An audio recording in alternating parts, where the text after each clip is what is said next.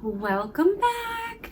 And if you're new here, hello, hi, welcome. My name is Zoe and this is my channel Mizz Manga, where I talk about all things manga. And today I just wanted to talk about some of the first volume new releases that I really enjoyed, and one that kind of disappointed me. I just decided to throw that one in there and see what other people thought of it and gush about the ones that I really loved reading. So this is kind of going to be a precursor to my manga wrap-up, manga haul that'll be coming out this coming Monday, next Monday, of all my February releases. But these were ones I just wanted to talk a little bit more about. There's a decent amount of manga I got in February. This channel should be renamed to Mizz Manga Collects Too Much Manga. Oh god. But anyway, let's just get into it. First up, I'm going to talk about kind of an honorable mention. I wouldn't consider this like favorite new release of the month, but I think it has a lot of potential and I'm excited to definitely see where this one goes. And that would be The Great Cleric. So this one's an isekai about a salary worker who dies, but his willpower in his desire to live is so strong that God or whatever entity decides to let him be reborn in a fantasy world where he can kind of custom make his new self. So he chooses to be a healer, and this is his kind of journey and discovery of that new world. So it's a lot of setup, and we're getting tidbits of the world itself. We're getting more of his character and personality, and so far I really like him. He's a really cute protagonist and sweet and has good values and morals, and just seems like an upstanding character. But he's kind of funny. He's a little intense a little bit. People in this world are kind of looking at him sideways, you're an oddball. Where the heck did you come from again? And yeah, so while this first volume didn't knock my socks off, I really am looking forward to continuing this series, so I just wanted to toss that in first. And then I'm going to get through the most disappointing first volume release, and I think it was disappointing just because I had higher expectations for it and it to me didn't deliver, and that would be Choujin X. I'd heard so much, kind of nothing specific, but just people seem to really enjoy this one, and it's from the creator of Tokyo Ghoul, which I think Tokyo Ghoul has great art, and though I haven't finished reading it, I really like what I had read, and then I need to actually just reread what I read and then finish reading the series. But what I had read I really liked, and it's just that, yeah, I got distracted and didn't finish it. Hoping to read it this year. But anyway, this one, first of all, the art to me wasn't as good as Tokyo Ghoul. This felt like this should have come out before Tokyo Ghoul. But everything I saw online says it was written after, but the art seemed to dip in quality. The action scenes were confusing to follow. There wasn't too many of them, but when they happened, the paneling or the art to show me what was happening wasn't very clear, and the story itself was kind of all over the place. Tell you a little bit of this and then a little bit of that, and I was not really getting invested in the story. And it's a thicker, volume, so I feel by the end of it I should have felt everything was kind of coming together, which it was thematically, but the story didn't feel cohesive still. It just kind of felt all over the place to me. I don't know. I'm still gonna pick up volume 2. I think it has the blueprint for a series I'll really enjoy. I just was surprised that the first volume was messy. It felt messy, I guess, to me. Anyway, this is about a world that there's these people called Choujin in it, and they have really destructive and intense powers, and because they get cornered, him and his friend get cornered by a Choujin, they end up taking these shots that fall on the ground, luckily right in front of them, and so that they can get Choujin powers so they can live. But it seems like only the one friend gets it, or else he's the only one whose body transforms at least, and he is the one to defeat the other Choujin. So I don't know. Again, the world isn't even really established yet. It's just kind of like, oh hey, there's these weird things and that happened. I don't know. Like, I didn't feel like there was enough setup. I didn't feel like there was enough world building. I didn't feel like the protagonist was endeared to me. I didn't feel like the action was clear and well done. So I just didn't feel like anything was great about this first volume. And I had really been looking forward to it, so it was disappointing. So yeah. But, you know, things could turn around for sure. And I'm curious if like you've read further, like, no spoilers, but just like say like, yeah, definitely keep going with it. It gets much better. Or like maybe reread it or something, because, you know, sometimes I'm not like blown away by a first volume and then I could end up really, really loving the series. So it all depends.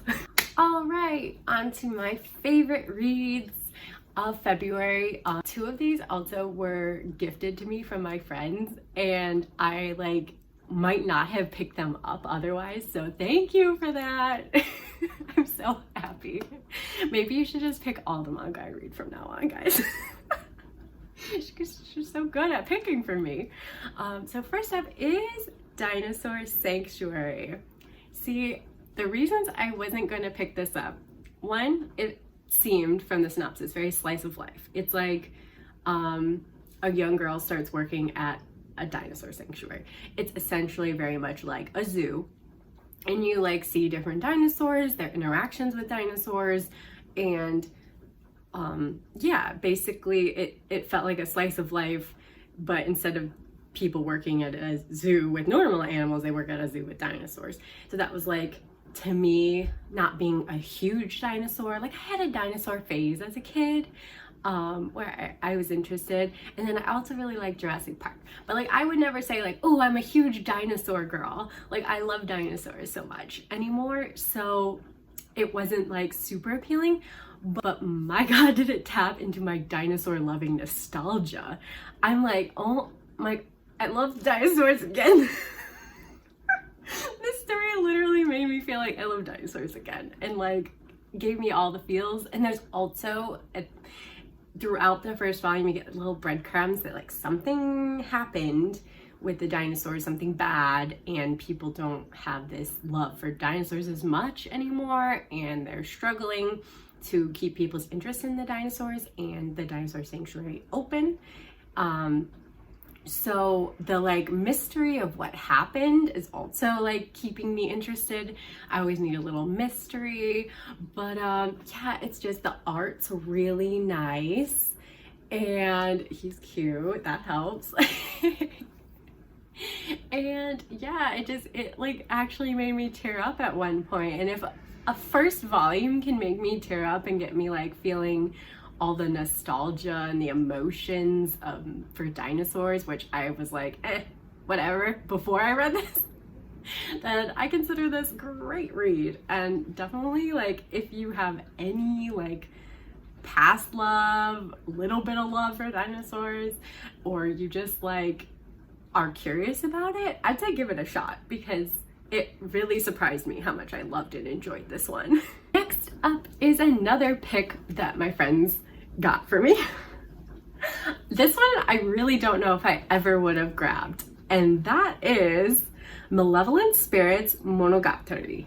First of all, I haven't read all of Mononogatari, but like seeing Monogatari made me think it was some kind of branch off of Mononogatari, which is not, of course. It's got like a completely different mangaka and everything. Like, it's just like the word itself made me think that.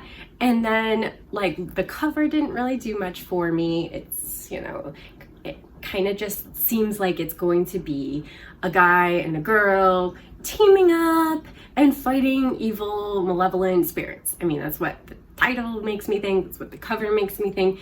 And even like the synopsis, like, you know, fate brought them together, will malevolent spirits keep them apart? Like, I don't know, gave me that vibe. But the reading of it felt a lot different than what I was expecting, and different in a way that I really enjoyed.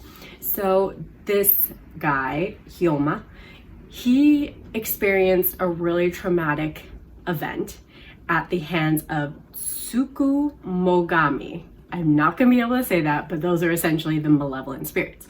They come through kind of from another world and inhabit everyday things like an umbrella, a chair, you know, and then they become these like creatures with powers, and sometimes they become malevolent and they attack.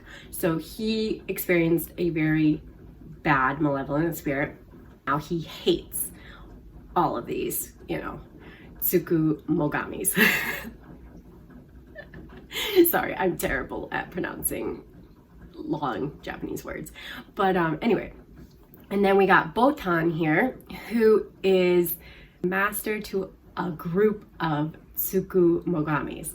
And because he is just attacking indiscriminately and is kind of not doing the family justice, the head of the family decides that he should go live with her and experience these spirits on a different level, so that maybe he will lessen his hatred for them. And they haven't had too much interaction, but just the dynamic of his hatred and her, like, that's her family, these spirits are like her family, is really interesting. So they're at like different ends of the spectrum, and I'm really curious as to like seeing more about their past, and also more, because we've mostly just gotten his past and only little snippets of it. So I'd love to see more of that, and I'd love to see more of their interactions as it goes on, because they're so at odds. And I also really like her family. All of the Tsukumogami that we've been introduced to that are a part, that like make up her little family unit, are all really interesting and distinct. And so I'm liking getting more about them.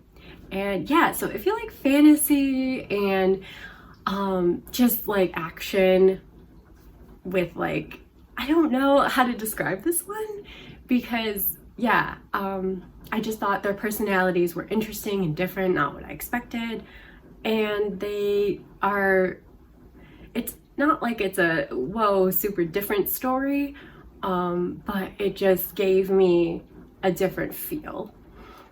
I don't know if that makes any sense. I'm having trouble explaining why I like this one so much.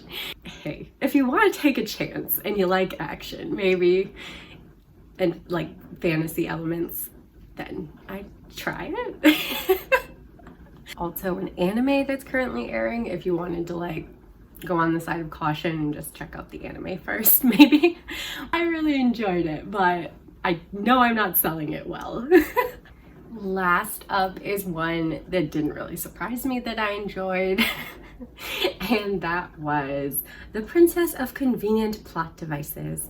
Of course, it's another reincarnated isekai with a female protagonist lead. It's not a villainous reincarnated story. It's still Japanese girl dies and is reborn into a fantasy world book that she had been reading.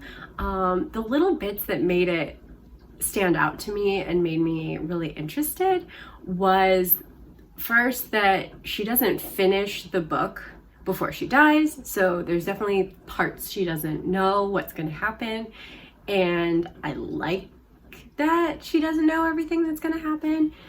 And I also really like that like her older brother is in a male-male relationship, and in the story her character decides to just be their surrogate and whatever, so that, you know, they can have an heir, so they can have a child. But in this story, she just really wants to find her own love and her, you know, her Prince Charming, and not just be a surrogate for her brother and his lover, which I like. And I also like that she keeps, like, she's been crushing on her bodyguards and they keep leaving her for men. So she's kind of like, just, yeah, I'm never gonna find love.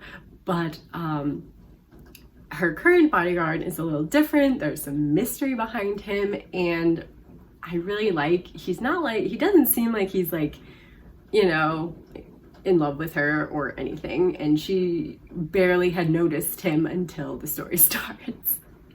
But there's something different about him.